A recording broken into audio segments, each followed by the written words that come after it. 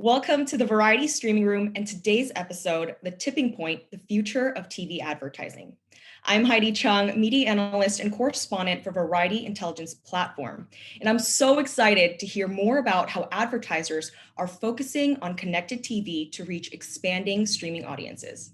Our panelists are going to discuss how advertisers are shifting strategies around this rapidly evolving landscape. I'm joined today by Taylor Wynn, Digital Lead of Media Investment at Facebook, John Halley, Chief Operating Officer of Advertising Revenue at Viacoms CBS, and Jed Dieterich, Senior Vice President of Global Client Development at The Trade Desk. Thank you, gentlemen, for joining me today. I know you guys are extremely busy, so let's kick things off right away. I do want to start a little broad and big picture here because the last year has been pretty interesting. And in case you missed it, of course, there was a global pandemic. As a result, the world was pretty much locked down for most of the year. And while streaming has been growing for some time, the pandemic really accelerated the consumption trends that we were already seeing. So John, let's start here with you. Can you break down how Viacom CBS's advertising strategy has really changed and evolved over the past year? Yeah, definitely. And thank you for having us, Heidi. I'm looking forward to the conversation here today. I mean, this has really been going on for, a number of years, right? The decline of linear viewing is not a new thing. It's an old thing. Cord cutting has been going on for a very, very long time. If we look at the marketplace right now, there's a lot of linear viewing obviously getting displaced, which as a provider of both linear and digital services, impacts our strategy and go to market, right? I think about the ways in which we have sort of pivoted here. We do have a very big digital platform, 60 million full episode monthly uniques. I think that what we're trying to do is provide like content, like viewing environments, like engagement within our digital services to help advertisers navigate that transition from linear to digital outlets. And that was cornerstone in our go-to-market this year. And Taylor, how are things over at Facebook? How have things changed, your strategy due to the pandemic? The good news is, if there's a silver lining, is that our strategy really didn't change. We had taken a video neutral approach going into the upfronts, starting at least last year, if not the year before that, and really wanting to be where the viewers are. And so as John rightly pointed out, you are seeing that erosion and that diversification of consumption. And so regardless of where those people are, we wanted to be on those surfaces. So CTV, especially in digital video more broadly, was always a cornerstone of our go-to-market approach for that. The good news is, the pandemic was really great for, our on-platform surfaces as well. So we already had such a great base of that digital underlying, and then just moving into, talking about TV in a new and different way was just always part of the way that we were approaching it. Jed, can you talk a little bit about some of the trends that you've been seeing over at the Trade Desk? Yeah, I want to, echo what John and Taylor started with, which is this has been happening. And I think what we saw in 2020 was an incredible acceleration. It created opportunity for networks like Viacom and advertisers like Facebook to differentiate. And the Trade Desk similarly had been investing in connected television for years and seeing the benefits that could lend to everybody, to advertisers, to consumers, and to the networks. And so, what we've seen was as part of obviously a very, very difficult year, an opportunity to take advantage of that change in consumer behavior and really improve a lot of the advertising experience and ROI for everybody. All right, so let's dig a little deeper with CTV. Of course, upfronts, connected TV was a huge part of the conversation. John, can you tell us a little bit about Viacom CBS's launch of IQ? Break that down for us. Why is it so important going forward? Well, there are a number of reasons that IQ is an important part of our offering, right? The first is obviously that the growth in streaming is undeniable, and as I mentioned before, we want to be there to help advertisers navigate that transition. So what we have done, and basically our approach in the upfront, is to say, look, if you look at your spending allocation between linear and digital, these concepts of marginal frequency would come into play. And actually, if you invest more in streaming, we actually should see an overall gain in ad effectiveness, right? And so that was kind of an early conversation that we had with advertisers, being very, I would say, specific about where we thought the product could help an overall consolidated convergent spend across the agency. And, look, IQ is a kind of a new thing, right? We took this, the entity when Viacom and CBS came together, we had three separate large digital entities. We had Pluto, we had CBS Interactive, and we had Viacom Video. And we've gone through the process, a massive process of integrating those things under a single ad tech stack. And so over the course of the year, we're still in the early stages describing what exactly IQ is. And so there was a lot of education that needed to go along with that. And that, I think, really defined a lot of what our upfront was about, right? We were essentially introducing a new product while also trying to persuade its role in overall effectiveness for the buy.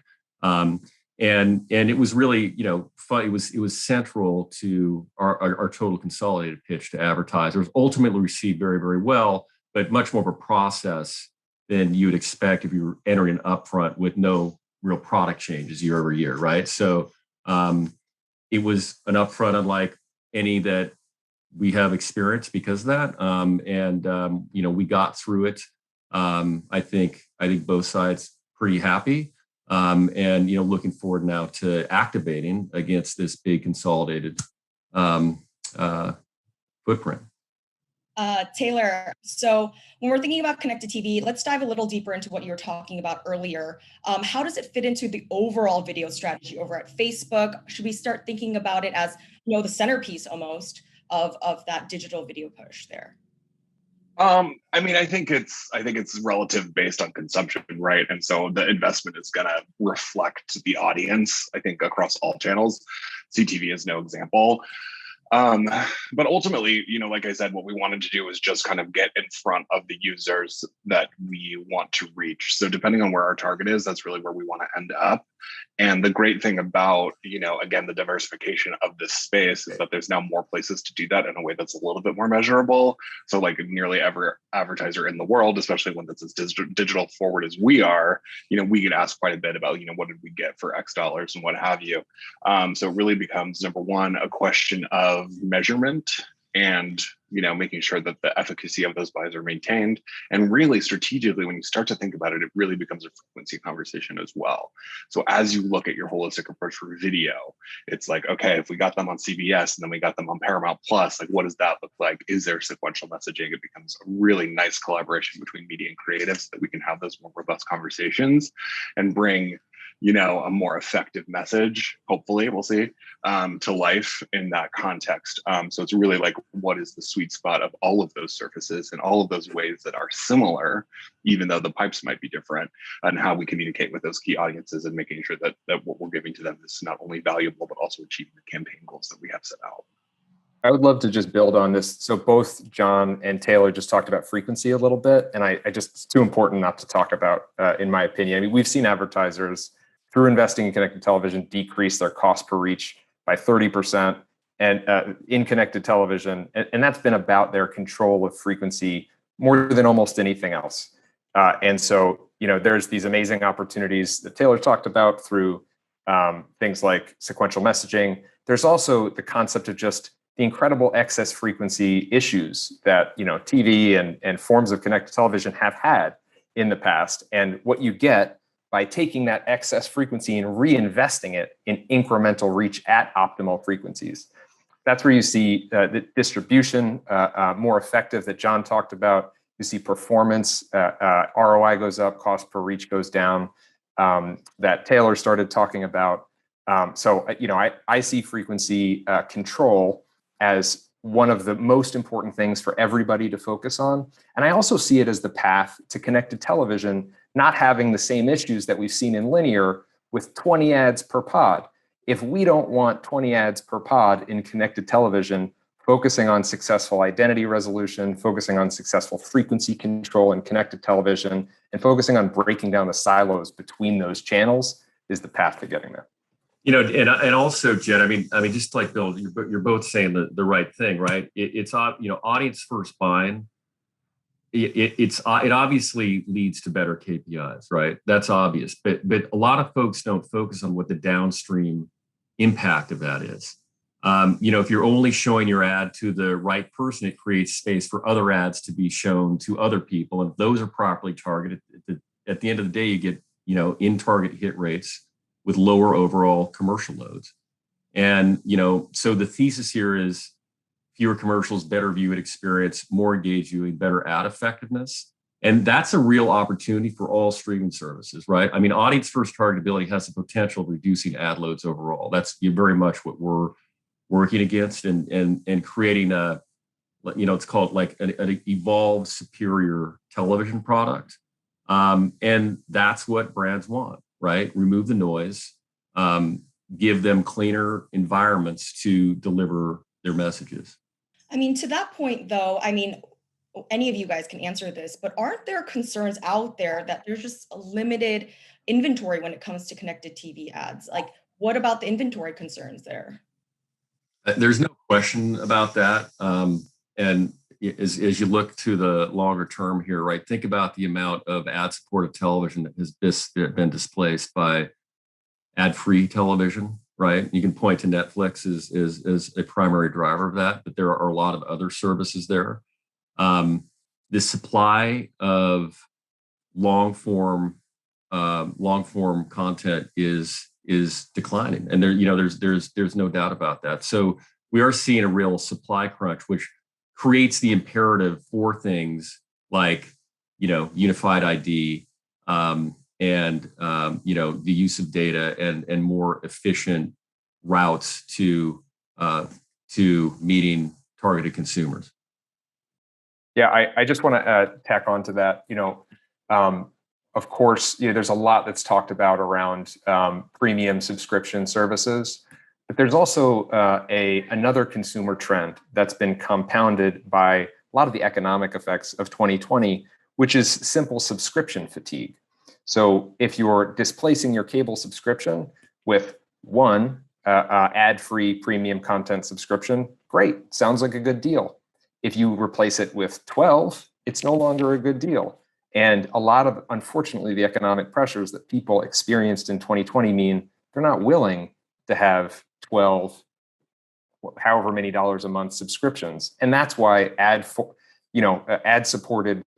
subscriptions, especially with the immense fragmentation of distribution of television, you have all of the networks doing the right things, focusing on their relationships with consumers, releasing premium portals, and more, those are either ad-supported or hybrid models between ad-supported and subscriptions.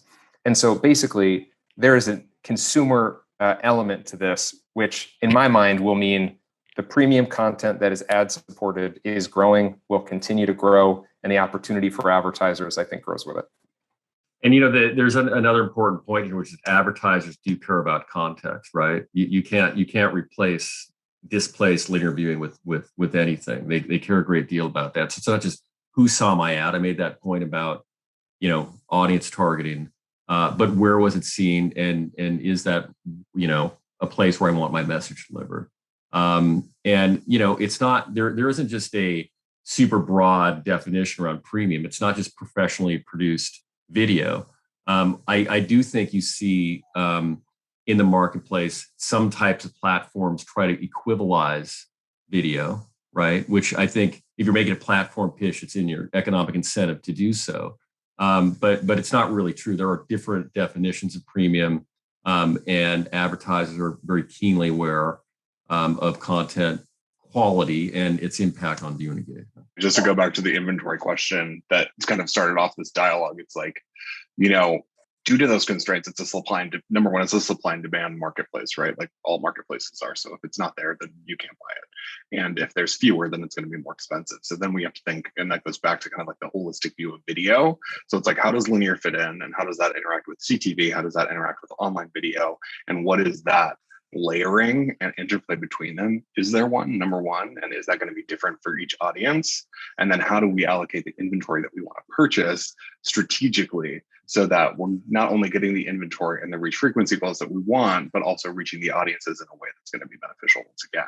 So again, it's like that audience first approach, but also understanding that although we're thinking about video holistically, the tactical reality of how the different surfaces behave in the marketplace is really different, all the way through to price and performance. So it's like allocating based on that, as well as getting a deeper understanding of how that interplay is going to, again, pay off. And, obviously I'm the advertiser on the panel, and I'm thinking about tactics and strategies and investment and things like that. So it's easy for me to say, but I do think that more and more advertisers are going to evolve in a similar way. Because for years we've been talking about cord nevers, cord stackers, cord cutters, blah, blah, blah. And due to the kind of changes in the marketplace we've seen in the last 18 months, those conversations are even more important now. Heidi, I promise this is the last interruption, but I just have to build on what Taylor's talking about. Come on, Jen. Jen. I know. Taylor, how much do we talk about stuff like this? Now there's just more people around. So, I just want to emphasize, as all of these changes are happening, obviously our platform has become a lot more central to the upfront negotiations. We're participating, and advertisers are executing via the platform. So one of the things I see, and that Taylor has talked about, is this video neutral approach is so important for an advertiser's view. And part of it is because in those conversations, many of them are hearing about scarcity in linear television, which is real. Obviously, we just talked about all the eyeballs moving to streaming. Yes, there's scarcity in linear. But if you're not thinking video neutral, your supply and demand paradigm is wrong, because the most valuable eyeballs in the world are on streaming and in digital platforms. And so if you're thinking that way, you can do more holistic deals. You can use technology to execute more decisioned buys that are more targeted, have better frequency control, and think across those channels. And you're not so worried about this shrinking pool of inventory where you've traditionally gotten your low CPMs and your efficient reach, but it makes you think a little bit about outside the box. It makes you consider new forms of measurement. And at the end of the day, I hope what folks see and are hearing is that it's worth it. We've seen through our research, 92% of advertisers feel that connected TV is as effective or more effective than linear. Only 8% say that it's not, and I would love to talk to that 8%. But I just want to emphasize Taylor's point about video neutral view to the upfronts. And by the way, this is where a company like the Trade Desk comes into play against an IQ offering, right? When you combine our audience scale with a set of, very sophisticated technology tools, advertisers can realize tremendous efficiency benefits. And some of our biggest advertisers are using Trade Desk technology suite to get great results. And we're seeing enormous spending levels because the product is now sophisticated enough to deliver on its promise. Remember, there was a long period of time where PMPs, you couldn't get the dollar volume because of the way the audiences were gauged. They were too small. They were, there's too much tuning. You just couldn't get the demand out. Like those days are really pretty much behind us. And incidentally, at Viacom CBS, like our thesis is that PMP activation is going to continue to take more and more share of brand direct investment in CTV. It just has a set of cross-publisher, platform capabilities that can't be matched under other activation models.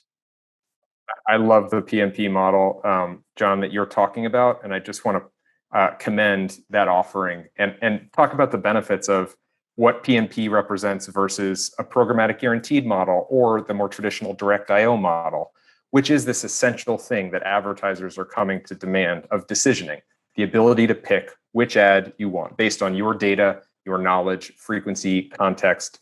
And the more liquidity that's created through something like a PMP offering like IQ, the more opportunity the networks are giving advertisers to do that. And from what I see, and Taylor, I don't want to put words in your mouth, but advertisers are sometimes willing to pay more when they get to pick the ads they want. And the good news, sometimes. obviously, sometimes. And the good news for advertisers is, fewer better ads also has a better ROI when it's done well. Yep. Taylor, I'm going to give you an opportunity to respond to that. Do you agree with what Jed is saying? I don't disagree, but like I said, it's a stack, right? So there's all these different layers that interplay. So there's going to be elements where that higher price or maybe with an additional technology fee is going to pay off, and there's going to be places where it doesn't. The other piece of this that's really interesting for me about this conversation is messaging in general, right? We're talking a lot about technology and a lot about allocation of inventory and a lot about those really deep kind of tactical executions. But again, if the message is not correct, or you only have one video that you give out, and then again to that frequency conversation, you have a frequency of 12, let's say, in a digital video space, and you only have one spot, that's going to have a different effect, I think, than probably what you were planning. So again, it needs to be kind of a more collaborative approach, not only with the technology and that whole side of the house, but also with the messaging in the front end too, to make sure that it's a cohesive kind of experience and that people are getting what they want. And sometimes that can cost more, Jed. And sometimes we'll be wanting to pay for it, and sometimes we won't. I'm on your team, Taylor. Yeah, fair enough, guys. So speaking of targeted ads, let's talk a little bit about identity, because I do want to get your guys' thoughts and insights on that. John, how do you guys approach that over at Viacom CBS? Yes, a lot of folks out there are starting to think of it as a key focus point when they are thinking about the future here, but also there are some concerns out there about privacy, right? Yeah, that's right. I mean, it's interesting. The privacy landscape is changing at the exact moment that the business of advertising is becoming increasingly dependent on identity. And I think there's a few issues. Basically, it's kind of they're locked. Those two issues are locked. But I think there's a few issues around privacy and identity that will determine the course of things. So the first is collaboration, right? We live in this extremely complex, fragmented ecosystem. And so the need for players in different parts of the ecosystem to work together becomes a necessity. So, if you look at what the Trade Desk is doing with UID 2.0, you look at what OpenAP is doing with OpenID, publishers and technology providers and advertisers all need to collaborate to create these high quality identity graphs. And each party holds an important key. Like no one can do that alone, right? Not in an open system. I think centrally you see this move towards decentralization because a lot of the data that these players hold, speak of publisher data, data companies, advertisers, a lot of that is proprietary.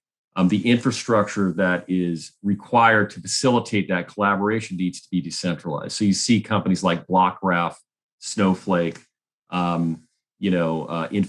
They all have these decentralized data sharing solutions, which you're going to see a lot more of as these graphs and activation models continue to be built out.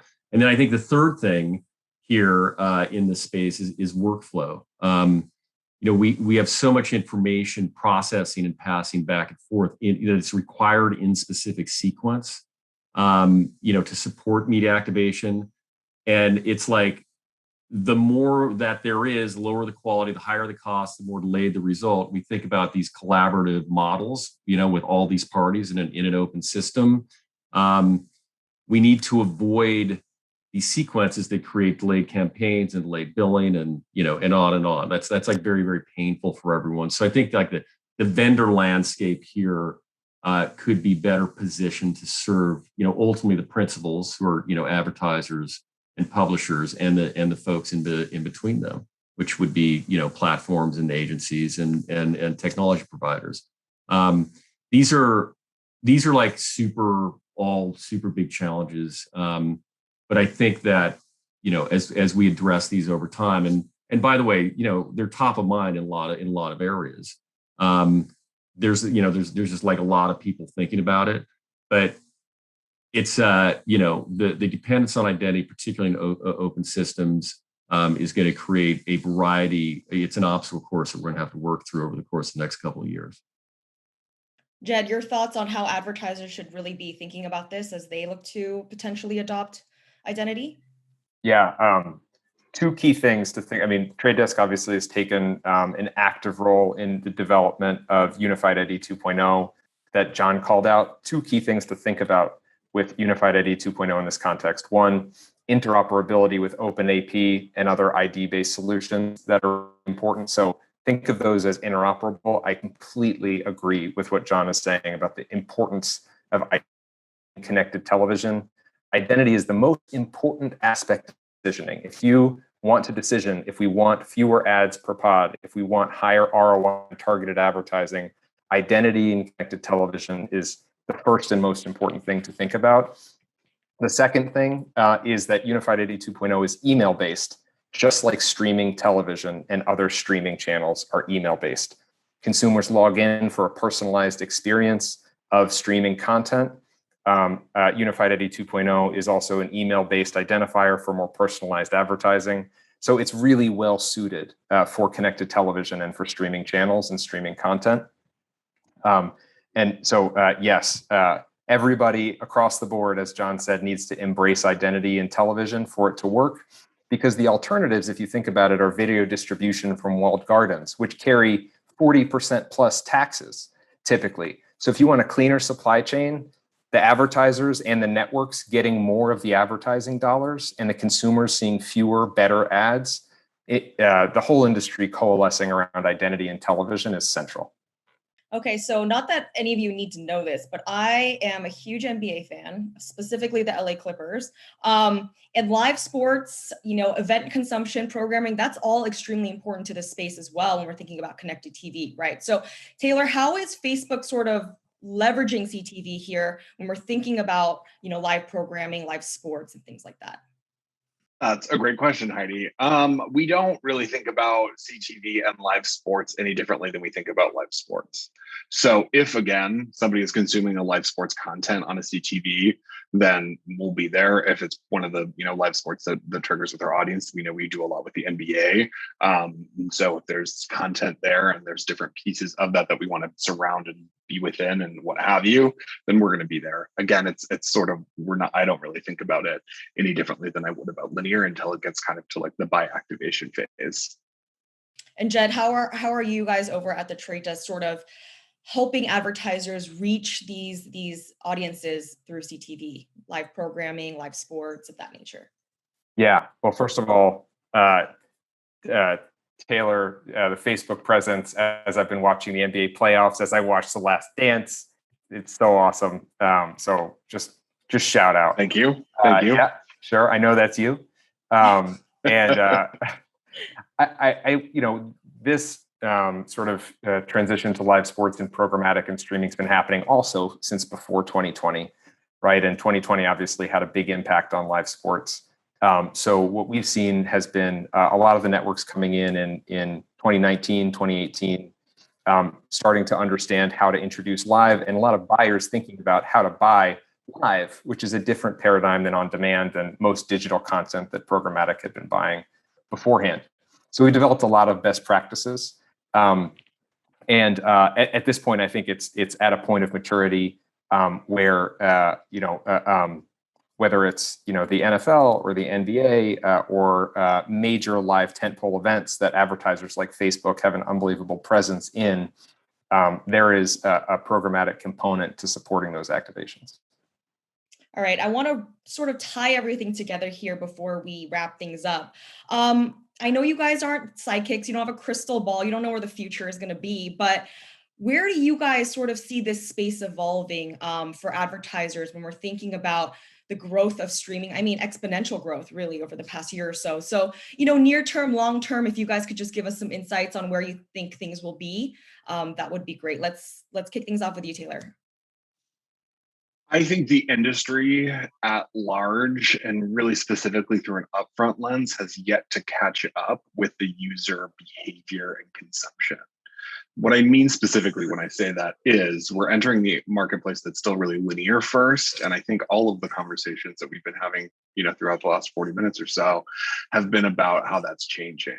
So I think in the short term, this year's upfront is going to be a little bit the same with a little bit more digital and a little bit more of the Trade Desk involvement and things like that. Viacom's going to include Paramount Plus inventory in some of the upfront negotiations, I'm assuming. But I think after this year, we're really going to see a bigger shift into a more, I don't know, a flatter kind of approach within the upfronts, and its need to evolve, which is needed to happen for a while. So in a lot of ways, I'm sort of grateful for the pandemic for kind of forcing the hand in a way. So for the short term, I think it's going to be a little bit of business as usual with some advancements, and then we're going to see an explosion, I think, of innovation probably in the next. Longer term, it's really going to depend on what happens in the technology space. These TV sets and devices that you plug into them are getting smarter and smarter and more capable every week, it seems like. So depending on that revolution as well, it's going to inform the way that we start to think about all of these services and how we speak to our consumers. So it's a little bit of a wait and see, but we'll be there and be testing and be excited about it. John, you agree? I do agree. I think that this year's upfront was maybe a bit more digital first than people understand it to be. I think interestingly, some of the early upfront action did happen with the platforms before some of the larger publishers were engaged. But the fact is that TV is still the biggest reach vehicle, and it's still going to be center stage, I think, in the near term. I believe that over the course of the next few years, you will certainly see increased investment in connected TV that is happening at a lag that Taylor points out, I think primarily because conversion factors, efficient, low price television pricing now coming into digital, an understanding of how to manage under different set of KPIs and metrics, sometimes education required of the advertisers who comprise the upfront. Remember, it's not just agencies here, it's the individual advertisers who are ultimately determining those levels of investment. And the fact that as you go through an upfront, upfronts are negotiated, it's like rate of change on a year-over-year basis. And you're negotiating really things that change versus last year. And the fact is you can only do 5 or 6 of those things. You can't do 10 or 20 of them. And so it's going to move slower than what a consumer adoption chart might tell you it should. I think longer term, what's going to be interesting to me is this notion of what does the open marketplace look like versus the walled garden, the walled gardens that we know are growing in scale. And what kind of, as I pointed out, to collaboration, what kind of initiatives are going to help facilitate the growth of an open premium video marketplace. And I look at the Trade Desk because I think that they're very important partners to a company like Viacoms, CBS, because they are essentially helping us platformize the open marketplace. In other words, offering all the capabilities of walled garden buying, but in a publisher-oriented distribution scenario, right? We believe that content is king, right? We've always said that. Put another way, people don't watch distribution; they're actually watching long-form content. They're watching the shows. And there are a lot of challenges here that we're going to work together to overcome. And at the end of the day, I think this, it ultimately will settle. We're in the early innings of a transformation that just requires a lot of adjustment and rethinking, and it's gonna move and lag a bit versus, as I said, actual consumer behavior, but it will ultimately catch up. Jed, final word to you. Okay, no pressure. Those were pretty epic statements. I'll start with the upfronts, like these guys did, because it's a good place to start. I think as more advertisers think like Taylor and think like the Facebook video neutral strategy, the dynamics of buying and the types of deals that are done at the upfronts start to change.